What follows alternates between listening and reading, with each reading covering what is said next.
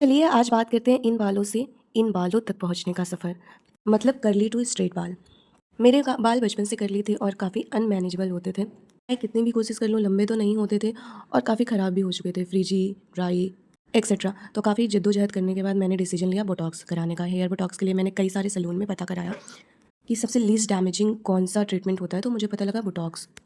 Ultimately मैं एक salon में गई, वहाँ पे जब मैंने बात किया तो उन्होंने मेरे बालों को तोड़कर उसे चेक किया और उन्होंने मुझे नैनोप्लास्टिया सजेस्ट किया। फिर काफ़ी लोगों से बातचीत करके पता करने के बाद मैंने ये डिसीजन लिया कि मैं नैनोप्लास्टिया कराऊँगी। ऑल्दो रिव्यूज़ बड़े मिक्स से थे, कुछ लोगों के बाल काफ़ी झड़ रहे थे, कुछ लोगों के बाल ख़राब हो गए थे, बट फिर भी मैंने सोचा कि एक चांस लेते हैं और मैं सैलून पहुँच गई। तो भैया ने पहले हेयर वॉश से स्टार्ट किया, हेयर वॉश काफ़ी अच्छे से उन्होंने 2-3 बार किया। फिर शैम्पू को 5 मिनट लगा के मेरे बालों में छोड़ दिया। उसके बाद उन्होंने बालों को धुला, बालों को धुलने के बाद उसे अच्छे से टॉवल में लपेट के ड्राई किया। लगभग ऑलमोस्ट सारा पानी जब निकल गया तो फिर मेरे बालों को ब्लो ड्राई करना स्टार्ट किया और 100% बालों को सुखा दिया।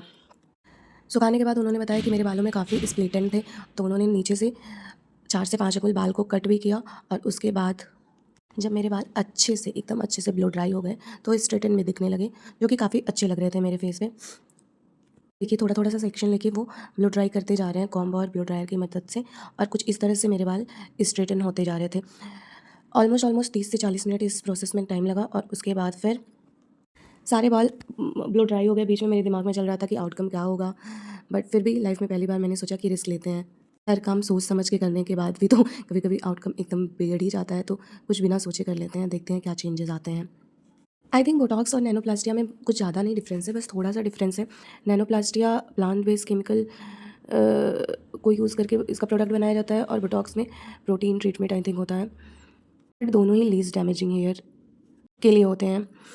फिर भैया ने प्रोडक्ट थोड़ा-सा निकाला और उसके बाद इसी प्रोडक्ट को धीरे-धीरे छोटे-छोटे सेक्शन करके मेरे बालों में अप्लाई करना स्टार्ट किया और अच्छे से मिलाना स्टार्ट किया। बहुत छोटे-छोटे से वो सेक्शन ले रहे थे, इसलिए काफ़ी ये टाइम टेकिंग भी हो जाता है। मुझे ऑलमोस्ट 4 घंटे तो लग ही गए थे सैलून में। अंदर से मैं काफ़ी डरी भी हुई थी कि अब तो केमिकल फाइनली अप्लाई होने जा रहा है मेरे बालों पे। अब कहीं ऐसा ना हो कि मेरे बाल बहुत ज़्यादा ख़राब हो जाएँ। बट फिर भी अपने आप को कंसोल कर रही थी कि अब जो होगा वो देखा जाएगा। अब तो प्रोसीजर स्टार्ट हो ही गया है, तो अब पीछे भी नहीं हट सकते हैं। 1 से डेढ़ महीने की जद्दोजहद के बाद इस डिसीजन पे पहुँची थी, तो फिर अब फाइनली करा ही लेते हैं। इसका कलर कुछ पर्पल ब्लूइश होता है और भैया काफ़ी थोड़ा-थोड़ा सा मेरे बालों में लगा रहे थे, लेकिन फिर भी इरिटेशन तो मुझे हो रही थी। ये पूरे बालों में मेरे लग चुका है। उसके बाद उन्होंने कॉम्ब किया और बोला कि ऑलमोस्ट 1 घंटे तक वो इसी तरह से छोड़ देंगे। 1 घंटे का इंतज़ार काफ़ी लंबा था हमारे लिए। 1 घंटे बाद वो आए और उसके बाद धीरे-धीरे छोटे-छोटे सेक्शंस को लेके ब्लो ड्राई करना स्टार्ट किया। पहले उन्होंने पानी से गीला किया बालों को, उसके बाद बालों से प्रोडक्ट को हाथों से स्क्वीज़ करके निकालना शुरू किया और जितने प्रोडक्ट एक्स्ट्रा थे वो सारे निकाल दिए उन्होंने। और प्रोडक्ट जब सारे निकल गए तब उन्होंने ब्लो ड्रायर उठाया और मेरे बालों को फिर से एकदम ब्लो ड्राई करना स्टार्ट किया। इस प्रोसीजर में बाल थोड़े से खिंचते ज़रूर हैं, बट ट्रस्ट मी मेरे 2 दिन हो गए हैं इस ट्रीटमेंट को मुझे लिए हुए, बट बाल अभी तक मैंने कॉम्ब नहीं किया था। बाल एकदम मैनेजेबल हैं, मतलब कि वो मुझसे बिल्कुल रिलेट कर सकते हैं जिनके बाल ड्राई फ्रीज़ी होते हैं। वो कितना भी कॉम्ब कर लें, कितने भी सीरम अप्लाई कर लें, उनके बाल एकदम मैनेजेबल नहीं रहते हैं। चाहे वो किसी शादी, फंक्शन, पार्टी या बाहर जाना हो, हमेशा वो आधे घंटे से अपने बाल ही सुलझाते होते हैं और अक्सर उनके बाल फँस जाते हैं। वो उनके उनके ऊपर कोई भी हेयर स्टाइल सूट नहीं करती है। तो उनके लिए ये ट्रीटमेंट मुझे लगता है कि सही है। अभी तो मुझे चूँकि 2 दिन हुए हैं, तो मैं इसके कॉन्स आपको नहीं बता पाऊँगी, महीने भर बाद बताऊँगी कि इससे क्या-क्या मुझे दिक्कतें हुई भी कि नहीं हुई। ये देखिए ब्लो ड्राई करने के बाद मेरे बाल कुछ से ऐसे सिल्की शाइनी और स्ट्रेट स्मूथ लगने लगे थे। इसके बाद भी ऑलमोस्ट 40 से 45 मिनट लगे मेरे बाल को आयनिंग करने में। ब्लो ड्राई के बाद उन्होंने बाल को पहले अच्छे से कॉम्ब किया। कॉम्ब करने के बाद छोटा-छोटा सेक्शन लेके बाल को आयन करना स्टार्ट किया।